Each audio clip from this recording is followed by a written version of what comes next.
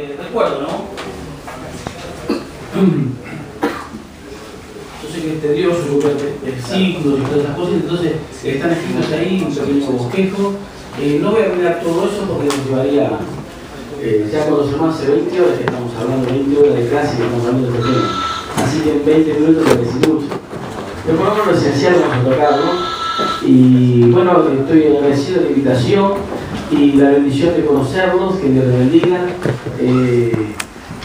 Gran pastor, nos conocemos ya de años, algunos de vista y con Gómez también hace un tiempo que también estamos tratando. Yo agradezco a Dios de haber nacido en el Evangelio como hijo de un siervo de Dios. Mi papá era un cristiano fiel, después Dios lo llamó al diaconado y Dios lo llevó al pastorado y tuve el honor de compartir con él los últimos 10 años de su vida, compartiendo el pastorado y dejando la transición. Pero no por eso, yo lo digo, no soy pastor porque mi papá era pastor, sino aprendí a ver a Cristo en él. Soy cristiano porque mi papá era un buen cristiano. Y aprendí a ver a Cristo en su vida. Y aprendí la palabra de Dios de sus labios, él dejaba la Biblia y yo lo tomaba. Así que bueno, agradezco a Dios esa preparación y esa formación. Pero a los 12 años tuve que tomar mi decisión por el Señor y sabía, y la pregunta que me hicieron, porque me quería bautizar, ¿por qué te querés bautizar? Porque yo no conozco, no soy pecador, Cristo al Cristo como Salvador. Y bueno, fue el único examen que me tomaron y ahí empezamos a andar firmes en la vida cristiana. Y bueno, después de los 30 y pico el Señor me llamó al pastorado y incluso al año siguiente a servir a tiempo completo en el seminario que fundó Milton Pope, el seminario público de fe. Le manda saludos el hermano Ciro Clini, que fue presidente de FECET por muchos años y de esta reunión, así que le manda saludos, está en San Luis y además es director del seminario, así que somos amigos por un lado, el presidente de Asamblea Cristiana, yo lo acompaño en esa tarea de responsabilidad. Asamblea Cristiana son dos líneas, quizás usted conoce una línea que es muy tradicional y no se junta con nadie, esa no somos nosotros. Nosotros somos más abiertos a la palabra de Dios y hemos sido bendecidos por prepararnos en la palabra de Dios y nos ha impactado este siervo de Dios con Milton Pope, un hombre también que vivía el Evangelio, que predicaba y vivía lo que predicaba. Por eso lo vi cuando era jovencito y en ese tiempo, como se predicaba, era como la luz en el camino y marcaba la diferencia entre el día y la noche y uno decía, ¿qué va a decir de este texto? Y Dios le daba tremenda revelación. Un hombre que amó a la iglesia, un hombre que se jugó por Argentina y un hombre que está enterrado en Argentina. Una vez cuando estaba ya viejito, con problemas de salud, uno de los hijos le dice, papi, si te morís, ¿dónde querés que te enterremos? Mira, el lugar donde voy yo es lo mismo morirme en Estados Unidos, en Alemania, en la China o en Argentina. Así que para donde voy yo queda a la misma distancia. Así que, pero él eligió vivir aquí y servir al Señor con mucha alegría y marcó vida de muchas personas. Yo le dejo ese recuerdo, que es un poquito la síntesis del estudio que voy a hacer. Y quería decir una cosita sola, el proyecto que están haciendo y que me parece hermoso, o dos cositas. Hace como 2 o 3 años, un pastor que estaba predicando en Pentecostés, el pastor de Córdoba, como el pastor Velar, padre, dijo, ¿estuviste en esa reunión? Sí. Hemos perdido, ¿qué dijo? Hemos perdido la calle y las plazas, ¿te acuerdas o no? Sí. Hemos perdido. Y la ha ganado la corrupción, la ha ganado la droga. Y hermano, se recordaba también que en la década del 90 se perdió el impulso de evangelizar. Y nos hemos encerrado nuestros trabajos dentro de las 4 paredes. Pero hermano, la sal no sirve dentro de la bolsa, dentro del paquete, hay que usarlo afuera. Acá somos todos maravillosos, pero afuera se ve cómo corren los pingos. En la cancha se ven los pingos. No quería decir, pero es así. Hermanos, quiero ir al grano directamente. Y este tema de ética es un tema preocupante y este material hace como 5 o 6 años lo preparé y lo estoy dando como clase de pastoral. Hay como 50 pastores los lunes a la noche y otros 30 a la mañana en Liniers, como 80 pastores y obreros que estamos mirando estos temas que son para considerar mucho. hermanos, hemos sido llamados a un alto ministerio, a una alta vocación. Estamos representando al Señor. Amén. No es una cosa de niños, no es una cosa de niños, es una alta responsabilidad. Amén. Y por eso dice la palabra que mucho se le ha dado, mucho se le va a pedir. Y recordamos que para entrar al ministerio tenemos que ser invitados por el Señor, tenemos que ser llamados por el Señor. A la salvación somos invitados todos, pero a trabajos específicos tiene que ser llamado por el Espíritu Santo. Si no es así, estamos trabajando fuera de ética, estamos trabajando sin permiso, estamos ilegales, por decirlo así. Si alguien se equivocó, tiene que corregirse, decir, Señor, me equivoqué, yo me metí solo y bueno, y ahora quiero, ya entiendo y tengo responsabilidad, he madurado. Bueno, hágale su cuenta con el Señor, pero no alentamos a nadie a ser guerrillero o cortarse solo y trabajar solo. Es importante. Me decía, mi padre era pastor, pero no, él posiblemente me da por puesto, no lo sé. Pero 20, 30, 40 pastores también sintieron lo mismo, diciendo, este muchacho puede ser útil para el ministerio. ¿Me entiendes? Hay otros hombres de Dios que ven. Es importante el reconocimiento de los padres. Y también es importante que nosotros estemos agradecidos a los hermanos,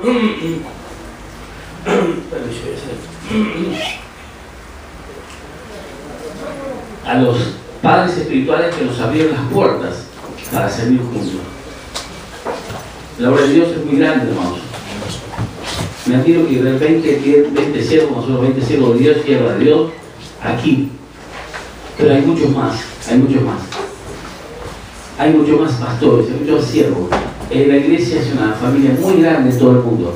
Dios me ha permitido caminar bastante en Ucrania, en Alemania, en Italia, en Estados Unidos, en Argentina, en un montón de lugares, y veo lo variado y hermoso que es la obra del Señor y la gran familia de Dios.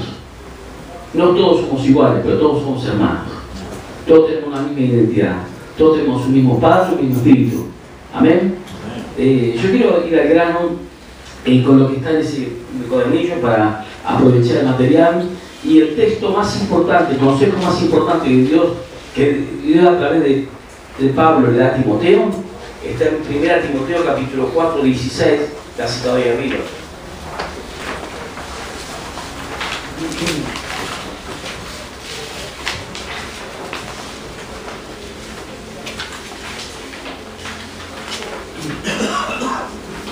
Yo voy a tratar de hacerlo más. ¿Hasta qué hora tenemos? ¿3?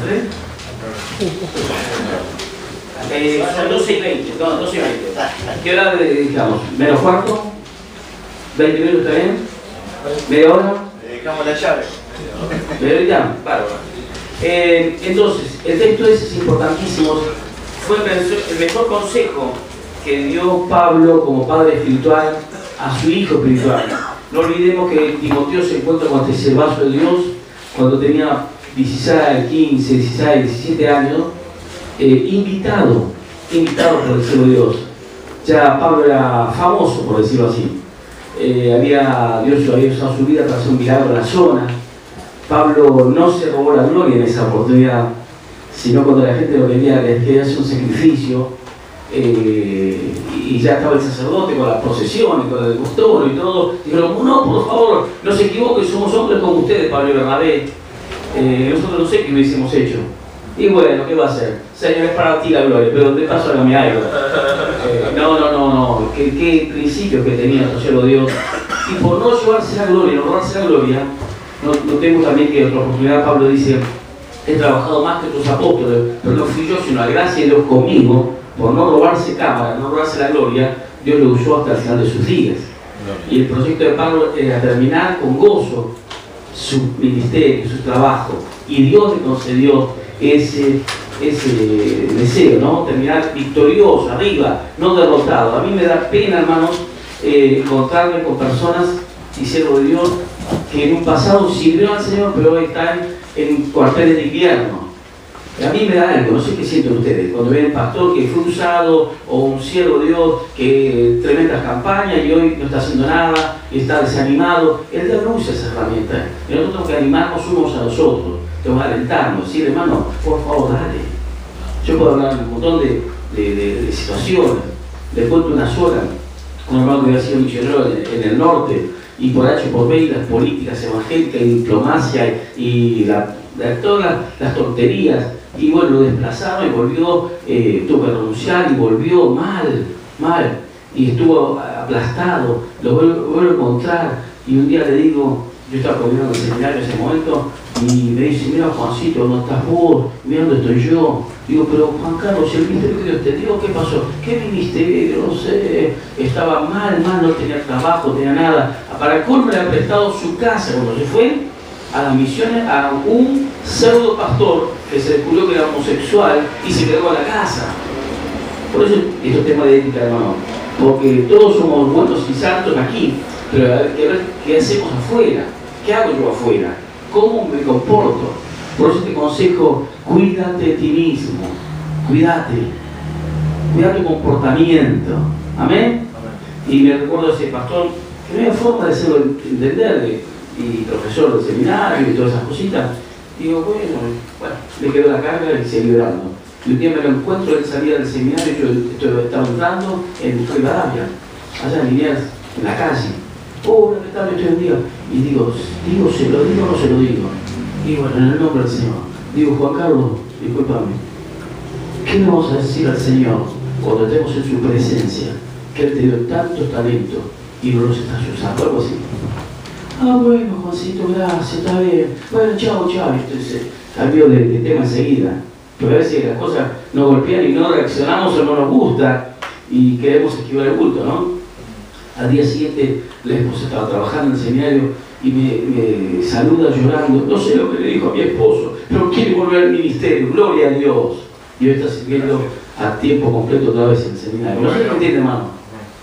Creo que es un tiempo de restauración, de levantar brazos caídos y también oportunidades para nuevos ministros, hermano. Cuando el hermano decía, no veo ministros, el pastor decía, no veo ministros jóvenes, posiblemente no estamos ganando tanto los jóvenes. Es algo. Yo quizá diga algo que no le va a gustar, hermano, pero estemos pensándolo. Quizá no estamos ganando tanto a los jóvenes. Quizá la mayoría de los jóvenes están los viernes a la noche haciendo cola en los boliches y no escuchando la palabra de Dios. Espíritu Santo, danos la gracia, danos la unción, danos la llegada a sus corazones para hacer un impacto en el Evangelio. Y no conformarnos diciendo, tenemos 20.000 personas, 30.000, 50.000, pero hay varios millones que se pierden, hermanos. Miremos el campo restante. Agradezcamos por lo que se ha hecho, pero lo peor que se puede hacer con los laureles es sentarse encima. No se sienta encima, sino busque nuevos desafíos. ¿Amén? Amén. Bueno, Timoteo entonces se encuentra con Pablo y él nunca imaginó las aventuras que Dios le va a llevar, los lugares donde Dios le va a llevar, las experiencias que va a tener y que un día tenía que dar él. Pablo mismo dice, hablando de Filipenses, de Timoteo, dice, él sirvió en el Evangelio como un hijo sirve al Padre. Recordemos que 2000 años atrás, hermano, papá Dios, papá, los maestros, estaba por allá arriba, y después la persona, ¿no es cierto? Había un respeto único en Israel hacia los padres y Timoteo era de origen hebreo, de origen judío, por su madre y su abuela. Pero lo que quería llegar, cuando iban de ciudad en ciudad, acompañando, ¿quién llevaría los bultos y las valijas? ¿Qué le parece? ¿Pablo o Timoteo? Timoteo. Y cuando tenía que comprar la verdurita para la sopa, ¿quién haría las compras? El pancito para todos los días.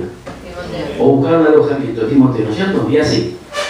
Y cuando había que predicar y enseñar, ¿quién predicaría? Pablo. Timoteo tiene que sentarse a los pies del maestro y el siervo de Dios y aprender, y después le llegaría su oportunidad. Y le llegó. Y ahora Pablo está despidiéndose casi. O sea, las últimas cartas. O sea, Pablo anciano.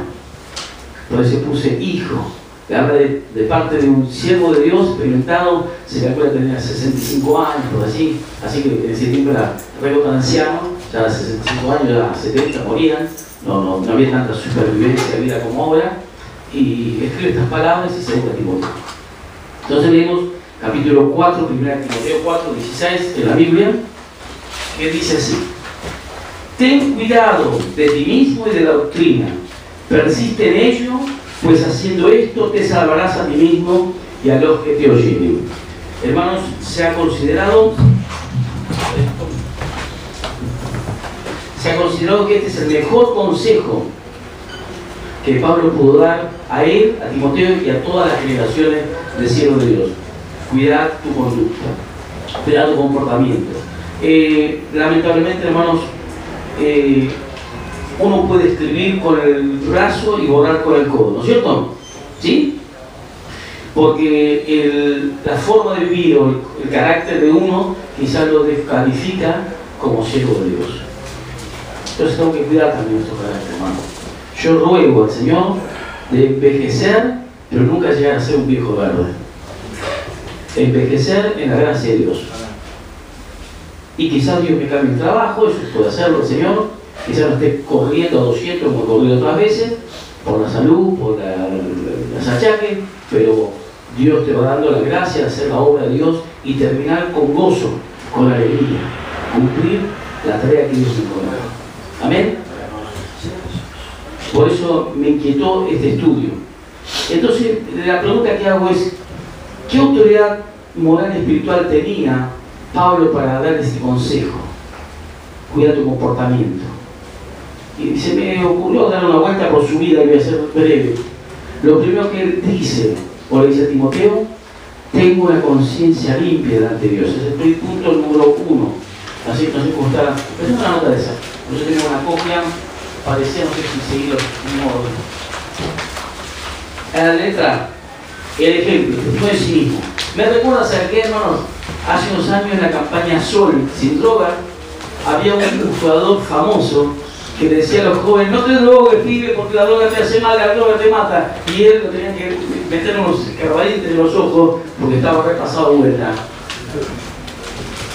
Un ídolo argentino. Que hay una iglesia en Rosario, maradonista. Porque lamentablemente nuestra nación es idólatra, hermano. Y tengo que luchar contra eso. Y abrir los ojos a las personas diciendo, no es este camino, el camino de Jesucristo. Entonces, hay la autoridad espiritual de Pablo para decirle, portate bien, Pablo. ¿Cómo se portó él? Tengo una conciencia tranquila. Un día, está ahí, no lo voy a leer ahora, en Hechos 23, frente al Sanedrín, estaba por juzgar los 71 ancianos y el sumo sacerdote, y él dijo, he vivido hasta aquí con una conciencia limpia. Y el sumo sacerdote dice, dale un cachetazo. ¡Pum! Y le dio un cachetazo. Dice, sepulcro blanqueado. Al sumo sacerdote, claro, no estaba vestido con las vestimentas sagradas, estaba vestido de todos los días, no lo reconoció.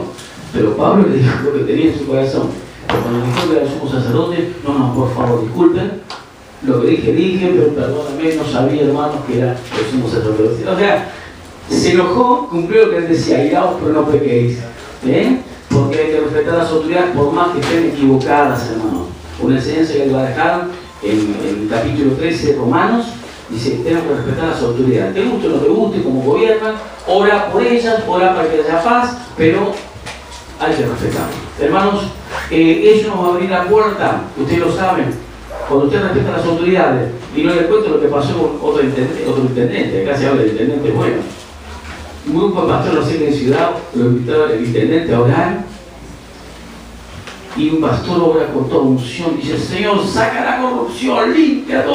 A la semana echaron al intendente, fue corrupto, no los invita más. No, pero qué lindo que la iglesia tiene una autoridad espiritual para ir al trono de la gracia.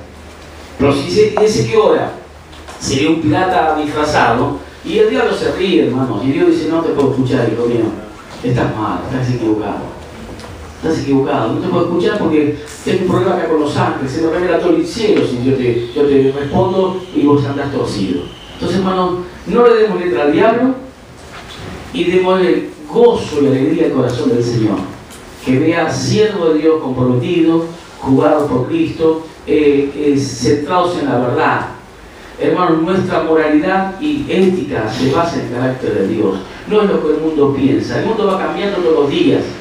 Lo que era bueno y malo ya lo quiere decidir el hombre. El hombre está bajo pecado, hermano, está bajo condenación. No tiene autoridad para decir eso. Dios lo decide. Y el carácter de Dios, la santidad, la justicia, la verdad, la misericordia de Dios, el amor de Dios, eso nos va guiando cómo debemos vivir.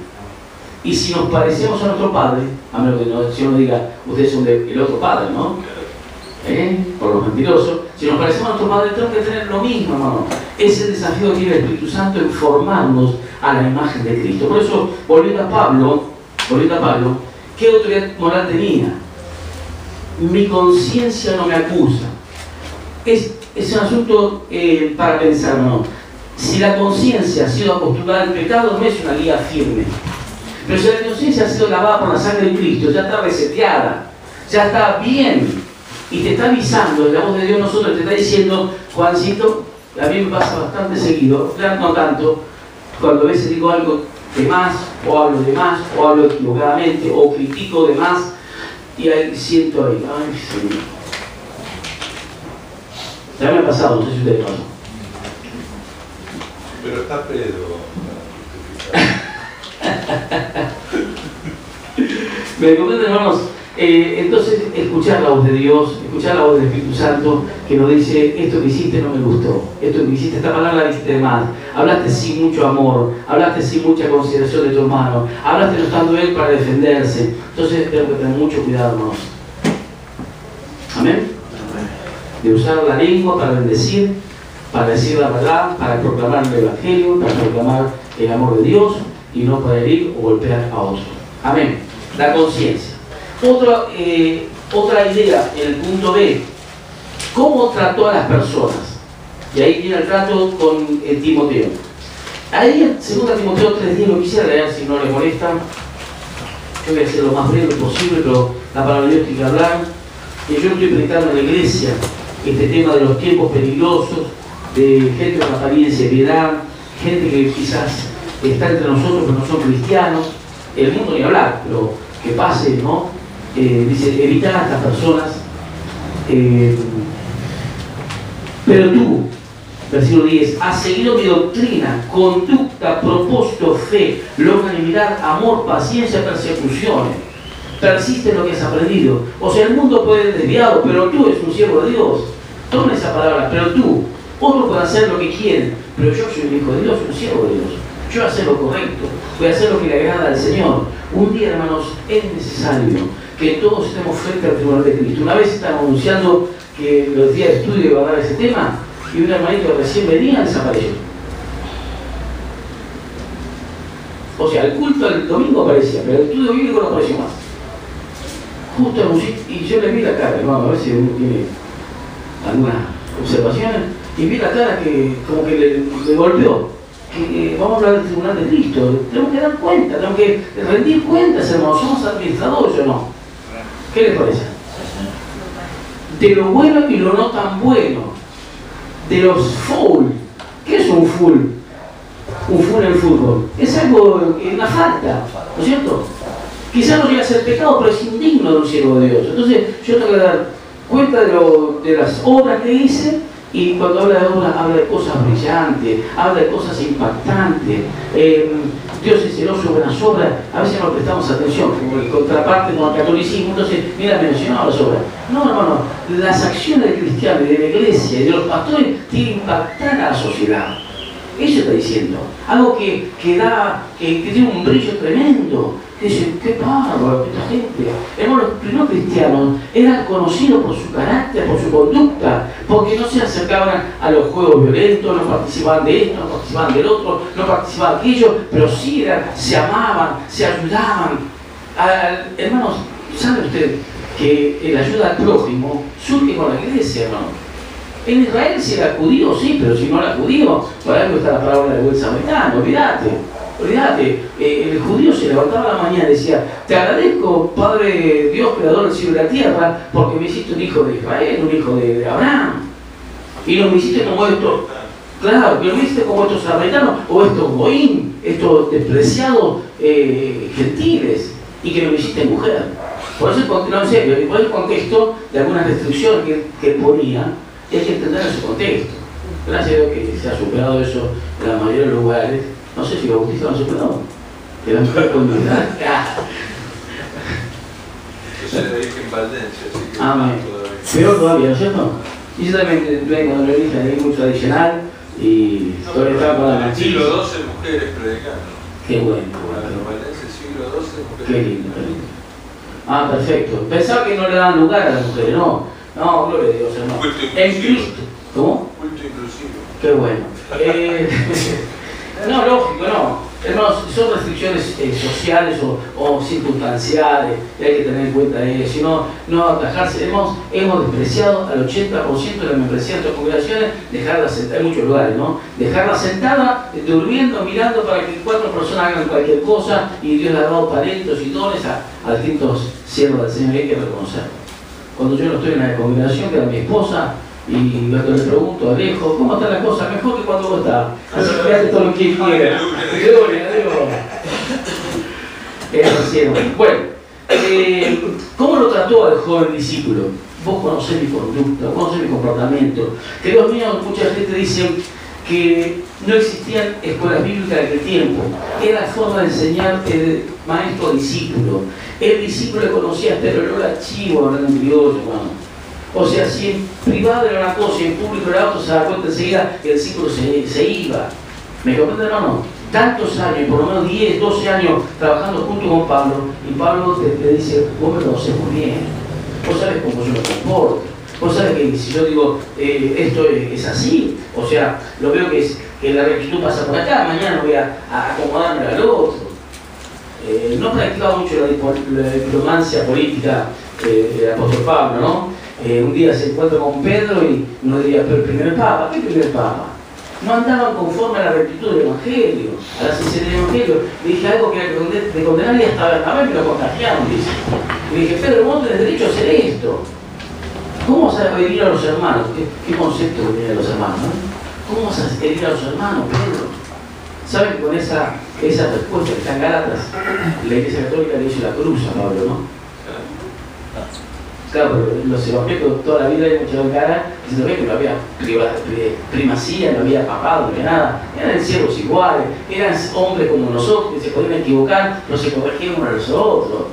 Y Pedro no le guarda rencor, dice, al final de su vida, dice, y alguna cosa difícil que otros tuercen como nosotros de escritura, Pablo escribió, difícil de entender, quizás hebreo, alguna otra cosa habrá escrito Pablo, pero Pedro no le guarda rencor. Qué lindo, hermano. Que a veces tenemos que corregir y decir, bueno, me parece que la dirección de Dios va por acá, que la palabra está diciendo claramente esto, pero vos estás viviendo de este lado, estás haciendo esto, eso es incorrecto. Y esto abarca trato con personas, abarca recaudación de fondos, abarca, qué sé, un montón de áreas que tenemos que tener mucho cuidado, hermanos, para no causar estragos en la obra de Dios. Vos me conocés muy bien, vos sabés quién soy, vos sabés lo que predico, lo que enseño, lo que he padecido. Es fuerte decir eso, ¿verdad? Porque te conoce mucho y dice, ¿querés que me diga algo? ¿Querés que comente algo? No, no digas nada, seguí hablando. El trato con sexo opuesto, eso lleva, en Hechos 16, a Lidia, a la mujer que tenía plata. Y hermano, yo he visto mucha en algunas personas, mucha acepción de personas, ¿no? Yo conozco a alguien que dijo, bueno, Dios se relaciona con los ricos, porque yo puedo ayudar. Y comentaba que, ¿por qué le dijo el Señor? Tengo grabado un CD, ¿no? ¿Por qué le dijo el Señor al Gadareno, vete? Cuando quería acompañarlo, porque no tenía nada de Gadareno. Pero ¿qué le dijo a Saqueo? Voy a tu casa, porque en la casa había buena comida, buena cama, buena casa. No puedes meter lo que tenés en tu corazón a Cristo, a tu vida al Señor. Es una herejía para mí. Meter mi prejuicio, mi preconcepto, hacer decir como que Cristo dijo y estaba interesado. Cristo trataba a todos iguales, hermanos. Si hubo alguien que no hacía acepción de personas, no hacía discriminación, era el Señor. Por eso, hermano, el trato con el sexo opuesto es tan importante, de mantenerse equilibrado. Nosotros con las hermanas y las hermanas con los hermanos. Se puede perder testimonio, hermano. Cómo trata, cuando aconseja con las jovencitas con toda fuerza como si fuesen tus hermanas. Con los jóvenes con todo, también con todo cuidado. Que haya confianza, pero no confianzudez. No haya exceso, no haya... que sepa que vos sos el pastor, que vos sos la responsabilidad espiritual. ¿Entienden, hermanos? ¿Amén? Amén. Los viejos cuidan más eso. Los viejos cuidan más. Puede contar un montón de historias, hermano, pero no